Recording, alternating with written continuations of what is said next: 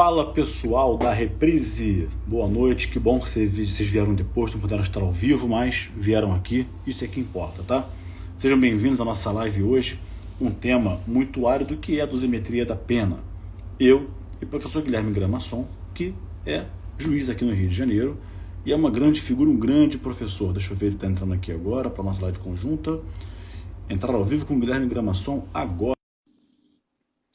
Vamos lá, todo mundo entrando. Estão me ouvindo bem, pessoal? O áudio está legal? O som está legal? Fala, Gabriel. Tudo bem, meu amigo? Tudo bem? Tá Tudo me bem? ouvindo Me vê bem? bem? Me escuta bem? Sim, e você? Perfeitamente. Você Que bom, me escuta que bem? bom. Sim, tá ótimo. Boa Áudio noite a normal. todos. Maravilha. Bacana. Pessoal, faz o seguinte, pessoal. Clica no aviãozinho aí e compartilha com a galera a live com quem você acha que é importante assistir uma live sobre dosimetria da pena, que é um tema árido, é um tema complexo, sempre gera muita dúvida. Então, sabe aquele amigo que você sabe que tem que estudar dosimetria da pena, que tem que aprender?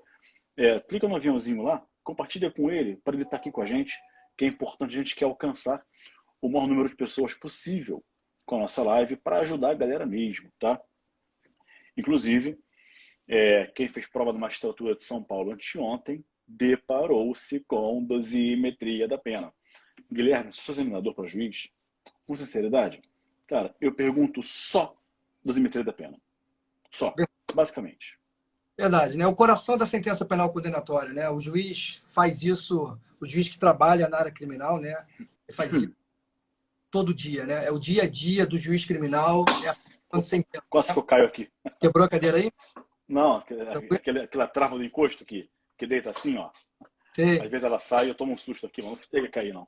Beleza. Mas fala aí, Não, era o isso que eu tava... coração da sentença. É o coração da sentença penal condenatória, né? É a vida do juiz criminal, é a apuração de sentenças, né? E, na sua Sim, grande maioria das vezes, essa sentença condenatória, né? E a sentença condenatória passa pela dosimetria da pena. A aplicação da pena é o coração da sentença penal, né? Então, o juiz que não domina a dosimetria da pena dificilmente vai se dar bem na justiça criminal, né? Em alguma vara criminal, né? inclusive tem uma prova só de sentença, né, Guilherme? Pois é, verdade, né? Diferentemente do que muitos pensam, a dosimetria da pena, ela não é cobrada só no concurso da magistratura. No concurso da magistratura é o auge, já que tanto na primeira como na segunda, inclusive, como você bem colocou, nós temos uma fase específica do concurso que são as Sim, fases de sentença. E, geralmente, no concurso, para que o examinador possa verificar o seu domínio sobre o tema, é importante e geralmente, a sentença será sempre condenatória. Claro que você não vai condenar sempre todo mundo, mas, na grande maioria das vezes, alguém sairá condenado, né? E aí, então, o examinador vai poder verificar o seu domínio sobre o tema, né? Então, exatamente isso. fundamental. E eu lembro, se você me permite, não só, só a título de curiosidade, quando eu Claro. estava fazendo prova para o MP, lá para 2008, mais ou menos, uma das questões específicas do concurso foi sobre a dosimetria da pena. Discorra sobre a dosimetria da pena, né? É o dia, Olha, para né? promotor, hein? É o dia a dia, né, de todos os operadores do direito, MP, magistratura, defensoria, advogados criminalistas também devem dominar o tema, porque é importante que possam conhecer e, em eventual equívoco do juiz, possam levar essa questão ao tribunal. Eu lembro que você fez uma live, acho que com a comissão da OAB, trazendo justamente isso, a importância do domínio do Sim. advogado sobre o tema para que possa levar ao tribunal nas razões de recurso, né, Gabriel? Porque o pessoal acha que só o juiz tem que saber dosimetria de pena. E não, ao contrário. O promotor, para denunciar, tem que saber dosimetria. Para fazer uma alegações finais, o AIJ tem que saber dosimetria. Então, muitas vezes, o promotor de justiça, na AIJ, ele pode fazer pergunta para testemunha, porque ele pode querer provar uma causa de aumento de pena, uma agravante. Né? Verdade. O defensor ou advogado particular, privado, tem que saber dosimetria muito. Cara, eu fui defensor, fiquei na segunda instância, TRF1, 6, 7 anos ali, mais ou menos. E assim, meu trabalho era fazer RESP para o STJ e RE para o Supremo. Guilherme, eu confesso, cara, dos meus RESP para o STJ, de todos os RESPs que eu fiz, assim, eu posso afirmar que 70% era sobre dosimetria de pena. E Verdade.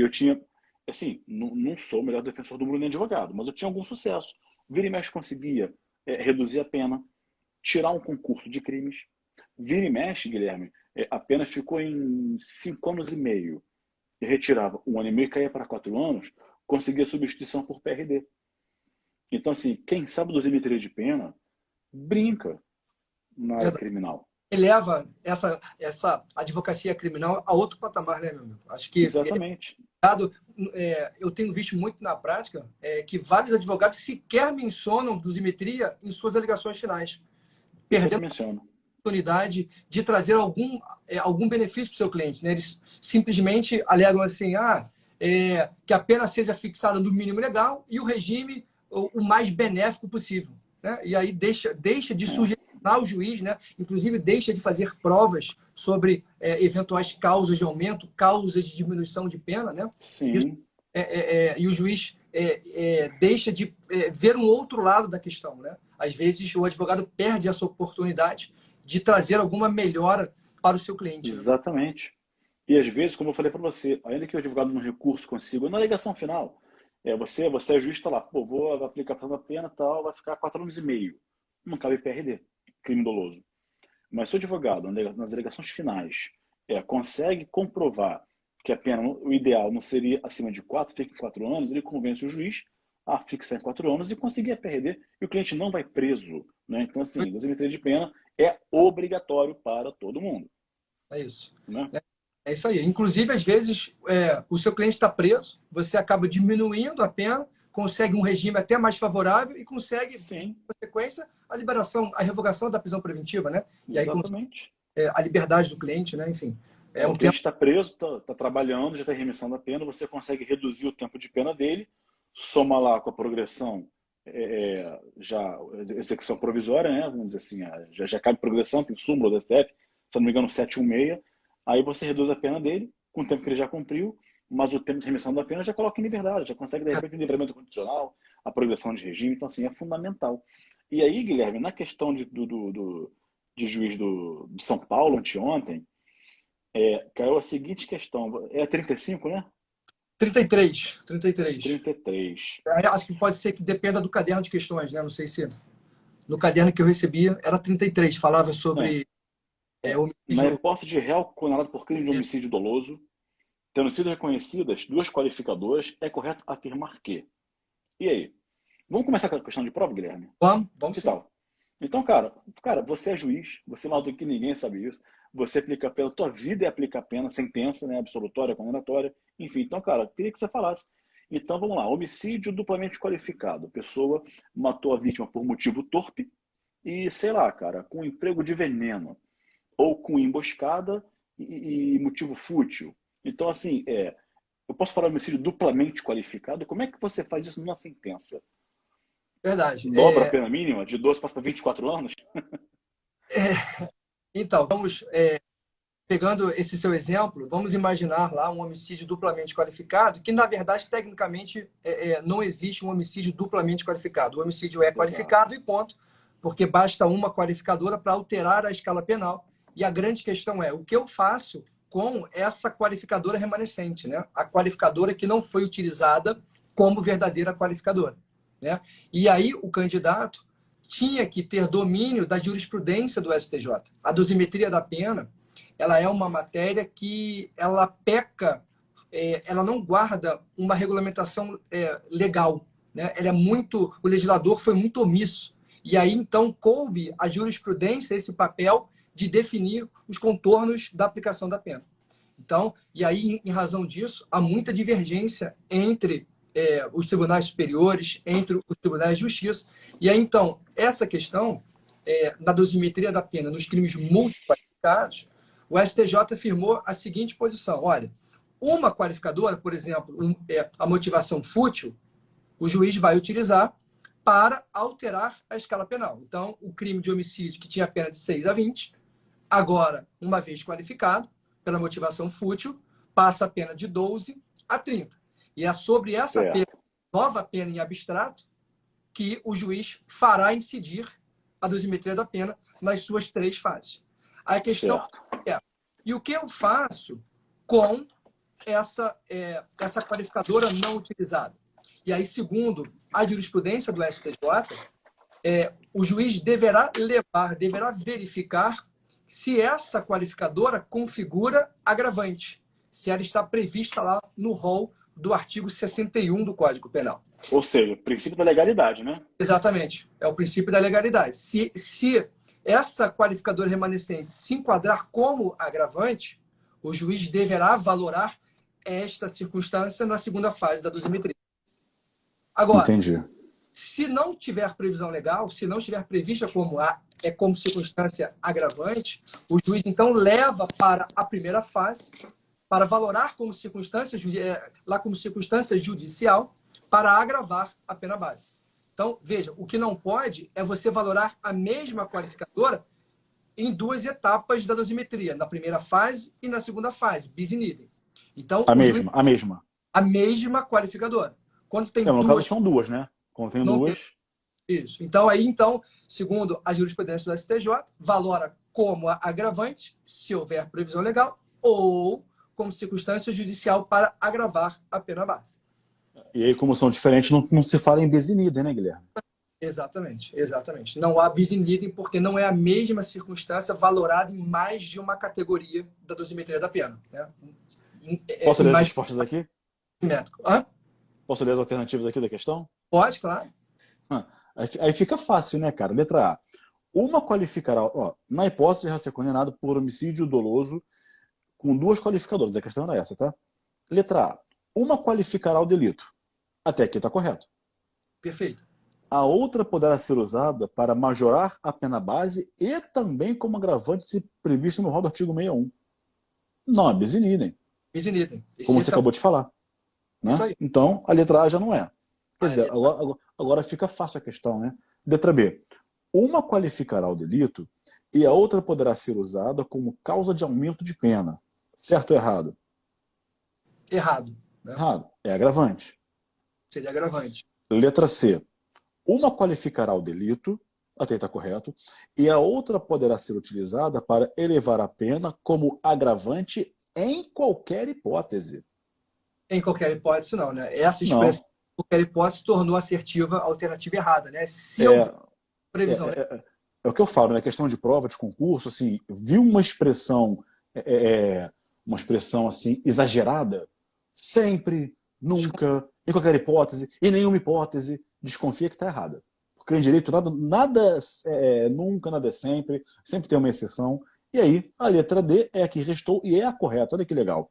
O Guilherme acabou de falar isso. Uma qualificará o delito e a outra poderá ser usada para elevar a pena como agravante se prevista no rol legal, artigo 61 do Código Penal. Está correta, né? Correto. Ou seja, atende ao princípio da legalidade. Agora, Guilherme, uma dúvida que eu tenho, tá, cara? Duas qualificadoras, tá? Nenhuma, aí eu uso uma para qualificar e a outra não tem previsão como agravante. Então você falou que eu uso as duas na pena base, correto? Isso. Você uma usa para qualificar e a outra você leva para a pena base como circunstância judicial. Perfeito.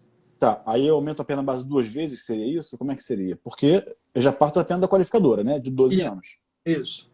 Exatamente. Então, quando a gente tem essa dosimetria em razão lá de um crime multiqualificado, você vai pegar uma para alterar a escala penal. E essa, então, atua como verdadeira qualificadora. Por isso que eu falei que não existe, tecnicamente falando, homicídio duplamente, triplamente qualificado. Porque basta que haja a incidência de uma qualificadora para que haja essa alteração da escala penal. Então, a pena que antes era de 6 a 20, passa agora, em razão de uma qualificadora, a ser de 12 a 30. Então, eu vou... Duas, tá, beleza, tô entendendo. Então, eu vou usar uma para alterar a escala penal. Uma já parte para, 12 anos. 12, isso, perfeito. E a outra não tem previsão como agravante. E aí eu vou levar para a primeira fase para enquadrá-la como circunstância judicial e agravar a pena base. Então, eu vou verificar a circunstância judicial que melhor absorve essa qualificadora para utilizar como circunstância judicial e agravar a pena base. Pense, por exemplo, lá no recurso que dificultou a defesa da vítima. Sim. Então, eu tenho motivação fútil e eu tenho recurso que dificultou a defesa da vítima. Eu uso, vamos supor, o recurso que dificultou a defesa da vítima para alterar a escala penal como verdadeira qualificadora e eu levo, a motivação fútil é prevista como agravante. Teria que ser um outro exemplo. Uhum. E Bom, aí, duas então, qualificadoras. Duas qualificadoras. lá dois qualificadores. E eu vou verificar em qual circunstância que melhor se enquadra aquela qualificadora lá na primeira fase. E aí eu vou utilizar essa qualificadora como circunstância judicial para agravar a pena base. Então vamos lá, questão de prova. Assim, é errado dizer que, nesse caso, eu aumento a pena base 2 vezes. Não é correto. Uma qualifica, e aí o aumento já é a qualificadora, né? Perfeito. Eu sempre falo, o crime qualificado é um tipo penal derivado, é um tipo autônomo. Perfeito. A qualificadora traz novos elementos, então é um tipo autônomo. Então, a pena da qualificadora já é a escala penal autônoma. Então, uma qualificadora já eleva a pena para a qualificadora, começa de 12, 12 a 30, e aí a outra eu aumento a própria pena base. Isso, parte em cima de 12. Você vai levar essa qualificadora como circunstância judicial, partindo da premissa que a jurisprudência trabalha com um patamar de 1/6 sobre a pena base, é a jurisprudência majoritária do STJ. STJ. Vou pegar 1/6 em cima de 12. Eu aumento a pena base em razão dessa circunstância judicial desfavorável. Tá, agora, a galera que está aqui assistindo a gente, queria perguntar ao pessoal. Pessoal, se essa questão de prova caísse para você ontem, como caiu anteontem, né? Vai ficar salva? Não, vai ficar salva sim. Quem aqui erraria essa questão? E quem acertaria? Coloca aí, eu erraria, eu acertaria. Porque assim, depois que o Guilherme falou, fica fácil. Mas você na prova lá, sem o preparo devido, você confunde, entendeu? Então, quer dizer, ter previsão como agravante ou não, faz toda a diferença. Ó, o Exatamente. Felipe Rangel, eu erraria. Quer dizer, a segunda qualificadora, ela vai incidir. Agora, ter previsão legal no 61 faz diferença enorme, porque ou vai incidir como agravante, ou para aumentar a própria pena base. Então, assim, faz diferença, né? Exatamente. Quer uma pegadinha de prova também, aproveitando esse contexto de pegadinha de prova, trazendo essas questões de circunstância judicial e circunstância legal, né? As agravantes e as atenuantes são chamadas de circunstâncias legais. Se for examinador de concurso, uma pergunta bem capciosa para prova oral seria a diferença, por que as circunstâncias judiciais são chamadas de circunstâncias judiciais do artigo 59 e as circunstâncias agravantes e atenuantes elas são chamadas de circunstâncias legais, se ambas as circunstâncias estão previstas em lei, artigo 59 e artigo 61 e 62 do Código Penal. Uma pergunta bem interessante, né, que não vejo muito essa discussão, mas eu, se fosse examinador, uma pergunta excelente para a prova oral seria essa. E a resposta então, qual é a resposta? Também estou curioso. As circunstâncias do artigo 59, elas são chamadas de circunstâncias judiciais, em que, pese estarem previstas no artigo 59, a carga valorativa ela é dada pelo juiz. É o juiz que vai atribuir uma carga valorativa àquela circunstância. O legislador não diz se a circunstância judicial é boa ou má. É o juiz que vai dizer se ela é positiva ou negativa. Por isso, são circunstâncias judiciais. Agora, as agravantes e atenuantes são chamadas lá de circunstâncias legais, porque é o legislador que estabelece a carga valorativa. Agravante é ruim, atenuante é bom. Então, o legislador já fez essa valoração. Então, agravante é ruim porque agrava a pena. Atenuante é boa porque atenua a pena. Então, a carga valorativa da circunstância judicial é feita pelo juiz e a carga valorativa das circunstâncias legais, das agravantes e atenuantes, é feita pelo Poder Legislativo, pelo legislador. Então, uma pergunta bem legal, bem interessante, que eu não vejo muito discutindo por aí. As pessoas apenas... Muito bom mesmo. Sim. Circunstâncias legais, mas sem saber o porquê que as circunstâncias agravantes e atenuantes são chamadas de circunstâncias legais. Né? Pô, legal. Bacana demais. Agora, Guilherme, falar em agravante, fala pra gente, como é que está essa questão da compensação entre agravante e atenuante no STJ? Meu amigo, na segunda fase, é a única fase que é possível operarmos a compensação. Tanto na primeira como na terceira, nós não podemos compensar circunstâncias judiciais com circunstâncias judiciais, nem causas de aumento com causas de diminuição. Apenas na segunda fase, que é o momento adequado para essa compensação. Mas a compensação, é importante a gente ressaltar aqui, que ela só se dá entre as circunstâncias de igual hierarquia. Preponderantes com preponderantes, exemplo, reincidência e confissão, ou entre circunstâncias comuns ou não preponderantes. Então, eu só posso compensar preponderante com preponderante, não preponderante com não preponderante. Guilherme, e nas hipóteses em que eu estou diante de um concurso entre uma circunstância preponderante e uma circunstância não preponderante? Por exemplo, reincidência e atenuante genérica do artigo 66 do Código Penal, por exemplo. Ou até mesmo entre reincidência e compensação. Minoridade, menos de 21. A minoridade é uma circunstância preponderante hoje. É preponderante, né? Também, é verdade. Tem razão. Então, por exemplo, a título de informação, para o STF, a confissão não é preponderante. Para o STJ é. Então, vamos trabalhar com esse exemplo. Vamos seguindo a jurisprudência do STF. Então, eu estou diante de uma reincidência e da confissão, por exemplo, que, segundo o STF, não é preponderante. Eu posso compensar integralmente uma circunstância preponderante com uma circunstância não preponderante? Não podemos. A compensação ela é parcial. O que significa dizer? A circunstância preponderante ela vai incidir sempre, porém enfraquecida. Eu vou aplicar uma fração menor daquela usualmente utilizada. A jurisprudência fixou o patamar de 1/6 para a circunstância agravante e atenuante, quando incide de forma isolada. Então, eu não posso aplicar 1/6 nesse concurso, porque se eu aplicar o patamar de 1/6, eu estou desconsiderando por completo aquela circunstância não preponderante. Então, eu tenho que aplicar uma fração menor que 1/6. Basta a gente aumentar o redutor. Vamos a um exemplo. Reincidência, 1/6, vamos trabalhar com a pena do crime de roubo, por exemplo. A gente fixou a pena na primeira fase em 4 anos. Então, se eu trabalhar com 1/6 em cima de 4, são 8 meses. Então, eu atribuo 1/6 para a reincidência e uma fração menor que 1/6 para essa circunstância não preponderante. Por exemplo, 1/8. Então, 1/8 de 4 são 6 meses. Então, eu aumento a pena em 8, diminuo em 6. Nessa balança, a minha pena agrava em 2 meses. Ou seja, eu atribuí um valor maior para a circunstância preponderante. Eu fiz uma compensação parcial. Acaba que mesmo sendo uma compensação, tem uma preponderância aí, na verdade. Exatamente. Sempre. E aí, a sua pena ou ela vai subir ou ela vai atenuar sempre à luz daquela circunstância que prepondera. Então, se a preponderante for uma agravante, a sua pena sempre vai ser aumentada.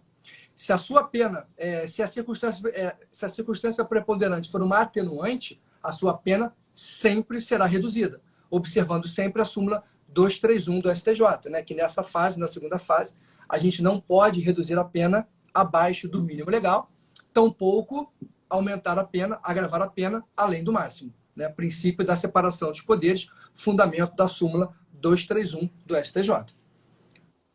Bacana demais. Agora, em relação ao regime, Guilherme, em relação ao regime, o pessoal sempre fica perdido, né? Porque vamos lá, vamos imaginar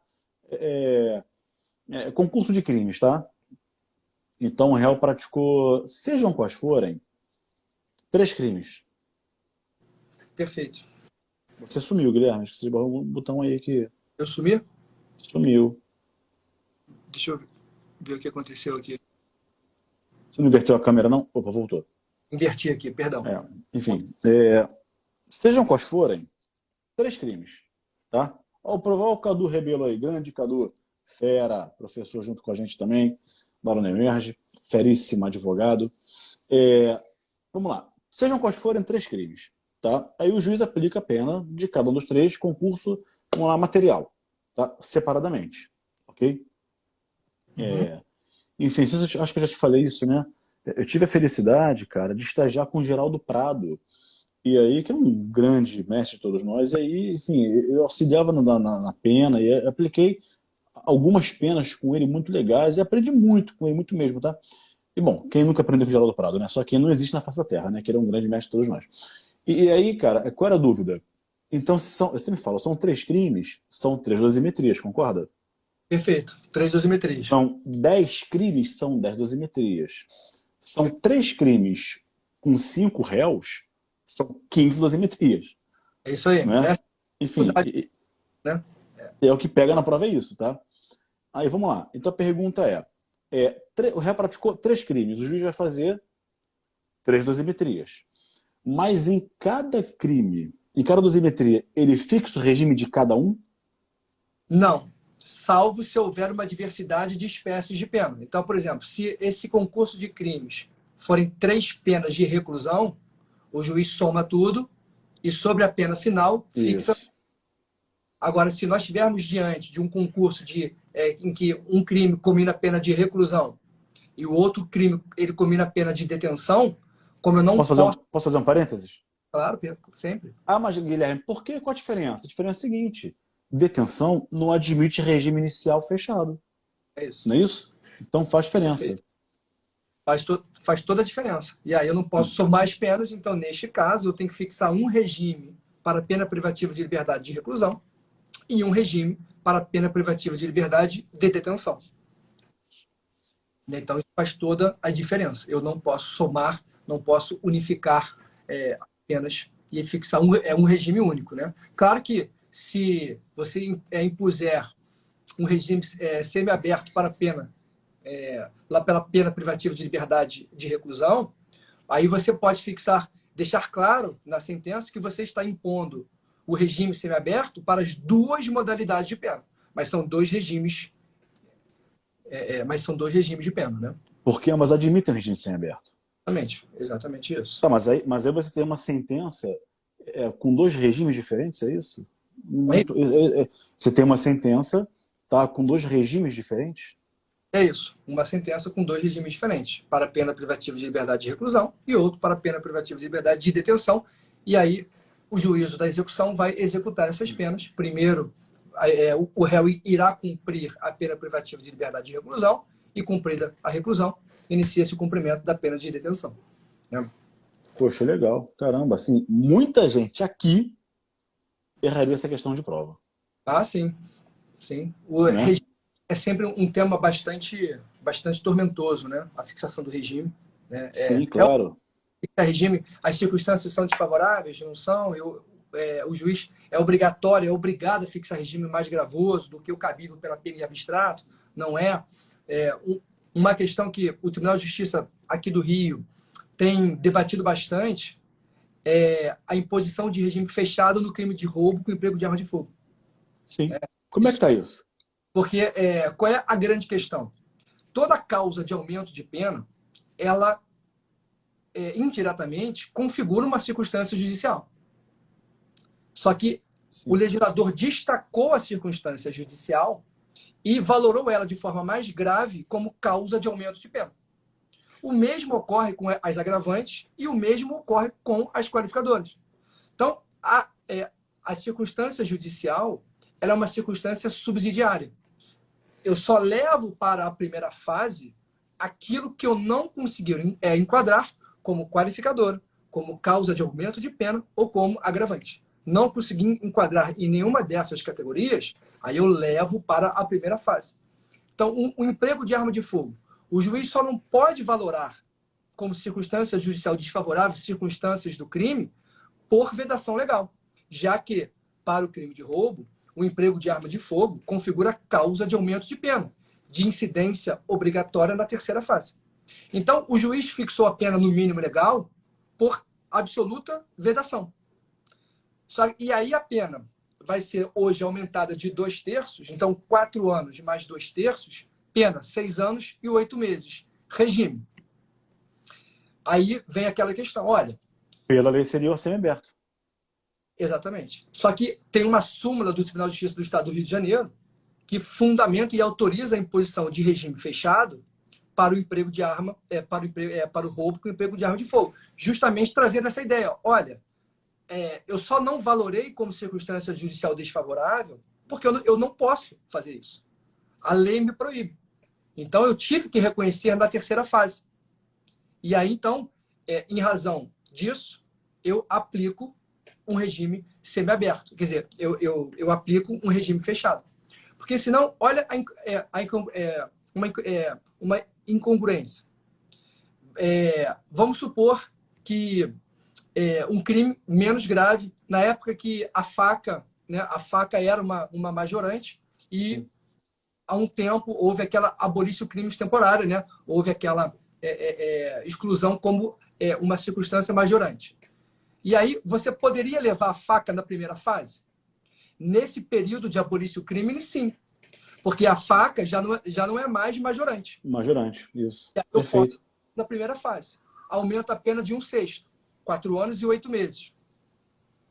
Né? E aí, então, eu poderia fixar regime fechado? Poderia.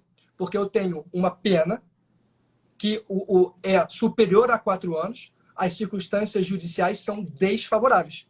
Então, veja, o roubo com faca, nesse período de abolício, autorizava a fixação de regime fechado.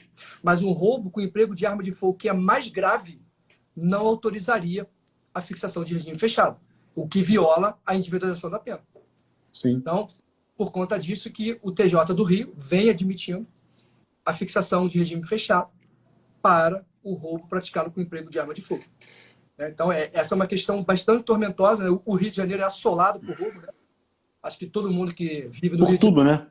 Por tudo.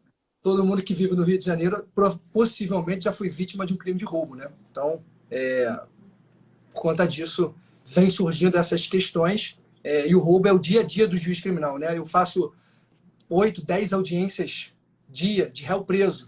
Roubo e tráfico, né? Roubo e tráfico. 8 roubos, mais ou menos, 80% roubo e 20% tráfico. Né? É a grande massa hoje das varas criminais, roubo e tráfico. Né? Então, a gente tem que ficar muito atento em relação a isso. Né? E outra questão que eu queria conversar com você também, importante em relação ao regime, é a questão do artigo 387, parágrafo 2º do CPP, aquela detração para fins detração, de... sim. Questão, eu queria que você pudesse falar um pouquinho da sua experiência como advogado em relação a isso. O que você acha desse artigo? Como é que você... Eu acho que vem em boa hora esse artigo, porque é para resolver aquela velha... Porque, assim, a execução penal está há muitos anos assoberbada. Né? Assim, você pode colocar lá 10 juízes que não vão dar conta da demanda da execução penal. O Brasil é o terceiro país do mundo que mais prende, né? Prisão, sobretudo prisão cautelar. Bom, e aí, sabiamente o legislador, ele já permitiu que na sentença o juiz considerasse o quê? O tempo de prisão provisória. Seja preventiva, seja flagrante, depois convertida em preventiva, seja temporária. Então, assim, isso é muito legal, por quê? Porque muitas vezes, Guilherme, o réu ficou preso durante o processo. O juiz condenou, fixou fechado. Aí, cara, assim, um mês depois, contando tudo, já tem prazo para o semiaberto. E aí você pedindo execução penal, isso vai levar mais de um mês também. Então, vamos lá, a pena dele foi de 9 anos. Pela lei, crime punido com reclusão, pela lei, regime fechado. Tá? Mas detraindo-se o tempo que ele já cumpriu de preventivo durante o inquérito, durante o processo, ele já teria o prazo para progredir para o semiaberto. Né? E aí vem a pergunta. Gabriel, nesse caso, o juiz na sentença, ele fixa o fechado, porque a pena foi de 9 anos, tá? Ou ele já fixa o semiaberto? Essa dúvida é muito comum, tá? É exatamente então, isso. Assim, se eu estiver errado, você me corrija, por favor. Na sentença, eu acho, minha opinião, posso estar errado, o juiz fixa o regime de acordo com a lei, fixa o fechado. Tá? Mas aí, posso estar enganado, eu sei que tem posição contrária. Fixaria o fechado, mas ele já começaria, mas faria menção a já progressão para o semiaberto. Não sei, sinceramente, eu não sei como é que está isso no STJ, e ele dissesse para a gente. Então, essa questão... Você entendeu a dúvida? Entendeu a dúvida? Essa é a grande controvérsia, né? Se Pela há lei uma... é fechado, mas já tem tempo para ser aberto. Então, qual que Exatamente. ele fica na sentença? Fechado ou semi-aberto? Essa é a grande controvérsia, né, sobre esse artigo 387, parágrafo 2º. Essa sua posição é uma vertente que o juiz fixa o regime fechado, verifica o tempo que ele está preso cautelarmente e verifica se ele já faria jus à progressão de regime. E aí, então, ele progrediria o réu do fechado para o semiaberto. E a outra posição, que vem prevalecendo lá no STJ, é que não se trata de verdadeira progressão. A progressão é matéria de execução. O juiz apenas vai adequar o regime ao tempo restante de pena. Então, se, por exemplo, 4 anos e 8 meses, o réu está preso há 1 ano, então ele faz uma conta hipotética e verifica que 4 anos e 8 meses menos 1 ano, a pena já baixa de 4. Então, não é razoável a gente impor um regime mais gravoso do que aquele que irá iniciar o cumprimento da pena. Então, neste caso, o juiz mantém sobre a pena, o quanto de pena fixado, 4 anos e 8 meses, só que agora, em razão da autorização do artigo 387, parágrafo 2º, ele fixa em cima dessa pena de 4 anos e 8 meses, o que não seria possível pelo artigo 32, parágrafo 2º, a linha C, o regime aberto. Então, ele já fixa logo, fixa o regime aberto para o início do cumprimento da pena. E aí, então, são essas duas posições que vêm prevalecendo da jurisprudência, né? Seria, na verdade, uma adequação à realidade fática, né? Exatamente. Essa é a posição que é defendida pelo professor Eugênio Pacelli, né? Ele defende muito Ótimo. É como dizer, né? Assim, a realidade fática não pode ser prejudicada pela realidade teórica, vamos dizer assim. Isso. Exatamente isso. Exatamente isso. Perfeito. Exatamente isso. Pô, legal. Bacana demais. Bacana demais. Muito, muito, muito, muito, muito bom. Agora, uma dúvida, Guilherme. Pena de multa é sempre somada? Controvertido.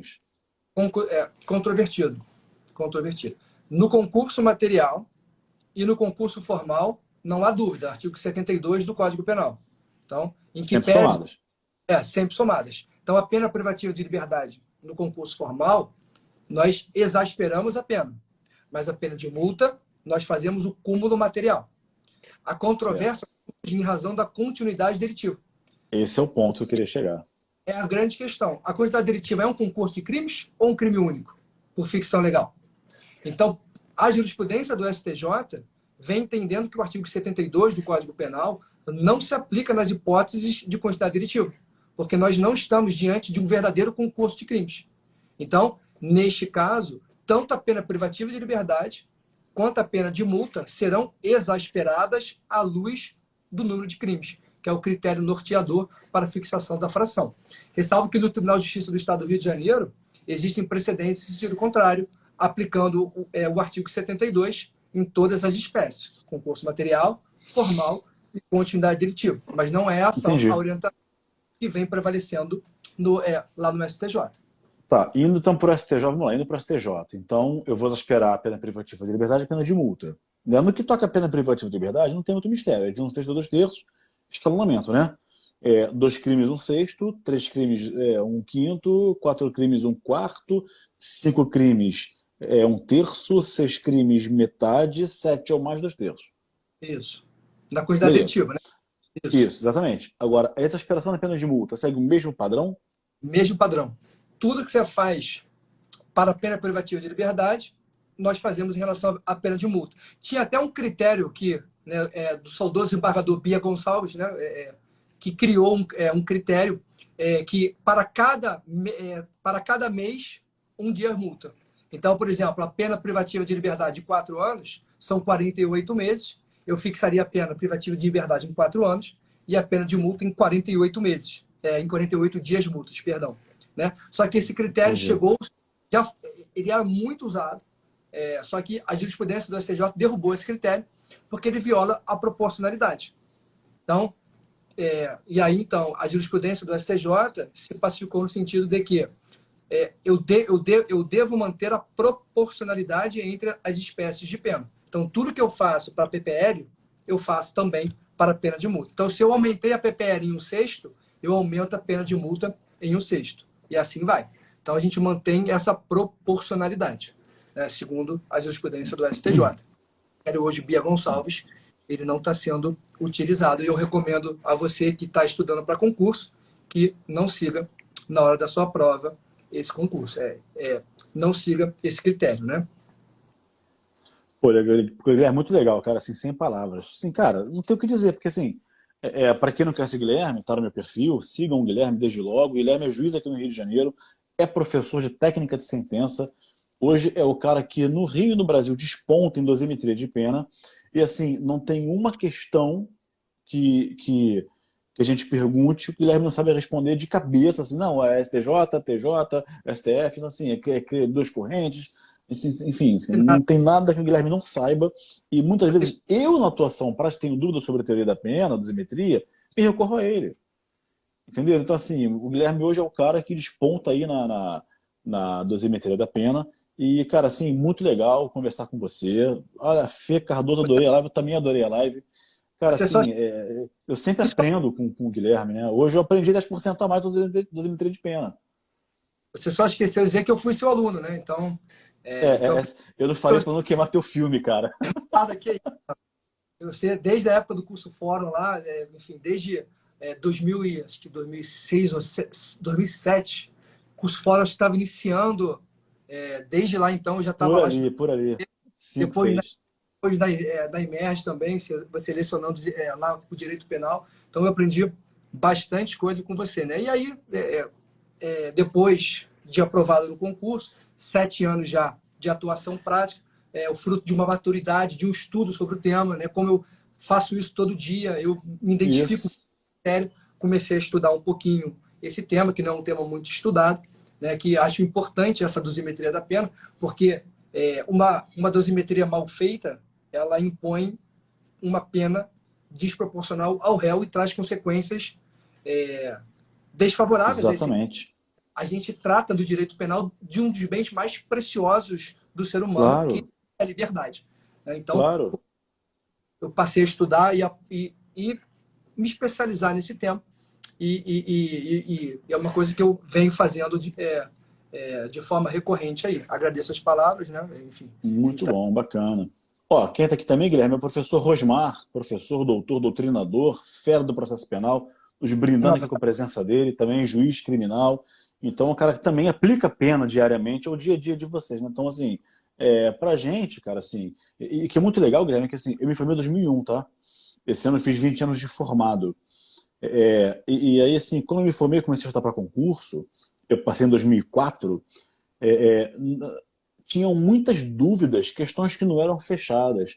E eu vejo, ouvindo você falar, que complementa também meus estudos aqui, particularmente, de 20 anos para cá, muitas questões foram sedimentadas na jurisprudência. Então, assim, grandes controvérsias que existiam em 2001, 2002, 2003, hoje está tudo pacificado. E muito legal, cara, ver você falar. Para a gente é um privilégio, é um deleite. E aí, justamente por isso, Guilherme e eu, a gente conversou, né?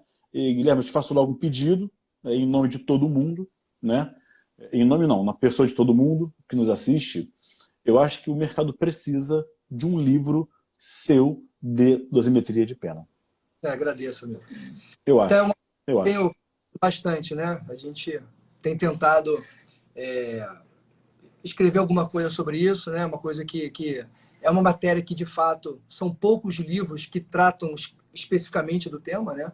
A maioria dos livros, dos manuais de direito penal, eles falam da parte teórica da dosimetria, mais um estudo aprofundado, mais técnico, completo da dosimetria. São poucos livros que abordam esse assunto, né? Então, é uma coisa que eu tenho um projeto que eu estou pensando, que eu estou desenvolvendo, mas que eu ainda não consegui, de fato, concretizar, porque antes do livro, nós pensamos, né, num curso específico de dosimetria da pena. Sim.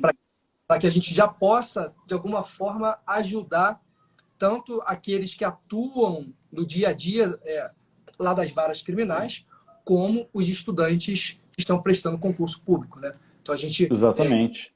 curso, né? A gente está desenvolvendo esse curso de dosimetria da pena, teoria e prática, né? Um curso completo desde a teoria da pena até a última fase da aplicação da pena, que é a análise do SURSI, né? Então é um curso bem completo que eu tenho certeza que todos irão gostar bastante do curso, né? Exatamente. A gente montou um curso teórico e prático sobre dosimetria da pena, tá? Eu entrei com a parte teórica, Guilherme, que é juiz, faz isso todo dia, entrou com a parte prática. Então, assim, pessoal, Gabriel, dosimetria da pena, tem que ter um curso, tá aí, montamos. Eu falo da parte teórica, desde a finalidade da pena até o final, e Guilherme entra com a parte de dosimetria prática, ou seja, você vai aprender a aplicar pena. Enfim, quem assistiu a sua aula certamente respondeu a essa questão de anteontem da magistratura de São Paulo. Enfim, e dosimetria cai em todas as provas. Então, quem tiver interesse, tá? O curso já está rodando, o pessoal está adorando. Na minha bio e na bio do Guilherme, tem um link lá para o site onde você pode adquirir o nosso curso sobre dosimetria da pena, teoria e prática. Guilherme, aonde está aí, Gabriel? Vou repetir. Na nossa bio, minha e dele, tem um link. Guilherme, cara, muito bom falar com você. Obrigado pela live, cara. Hoje, repito, né para rasgar seda, eu aprendi hoje 10% a mais sobre dosimetria de pena contigo. Obrigado, cara. Muito esclarecedor. E assim, cara, você de uma didática, de uma simplicidade, e você fala e todo mundo consegue entender. Eu que agradeço. Essa abertura do espaço, né, de falar um pouquinho sobre esse tema tão apaixonante, tão importante, que é essa aplicação da pena, essa dosimetria da pena, né? Então, sempre um prazer falar sobre isso, debater o tema, e espero que em outras oportunidades também a gente possa debater de novo e trazendo novas reflexões e compartilhar com todo mundo aí essas nossas inquietações sobre o tema, né? Então, Bacana. agradeço Então, sabe o carinho que eu tenho por você, né?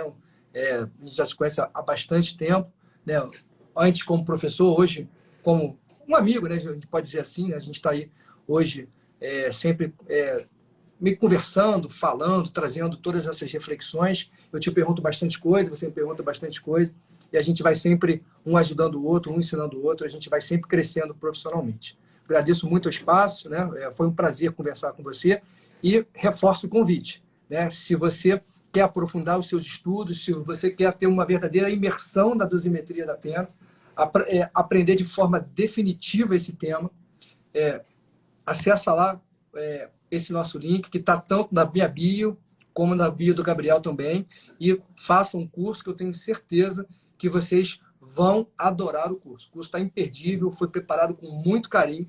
São mais de 20 horas de curso, né? 10 horas de teoria e aproximadamente 11 horas de pura dosimetria da pena, abordando todas as controvérsias, trazendo sempre a jurisprudência atualizada dos tribunais superiores, para que você possa compreender o tema e, de fato, dominar essa dosimetria da pena, seja no seu dia a dia como advogado criminalista, seja também como estudante dos mais variados concursos, desde os mais difíceis, né, os concursos públicos, até mesmo exame da ordem. Né? Você sabe que no exame da ordem cai muito, despenca no concurso a dosimetria da pena. Né? Então, fica aí o convite, reforço o convite, agradeço imensamente, foi um prazer estar com você, tá? Um abraço, obrigado pelo carinho, sempre, até uma próxima oportunidade, boa noite a todos, obrigado aí pela atenção, de estarem com a gente até o final dessa nossa live. Valeu, meu amigo. Boa obrigado, noite. Obrigado.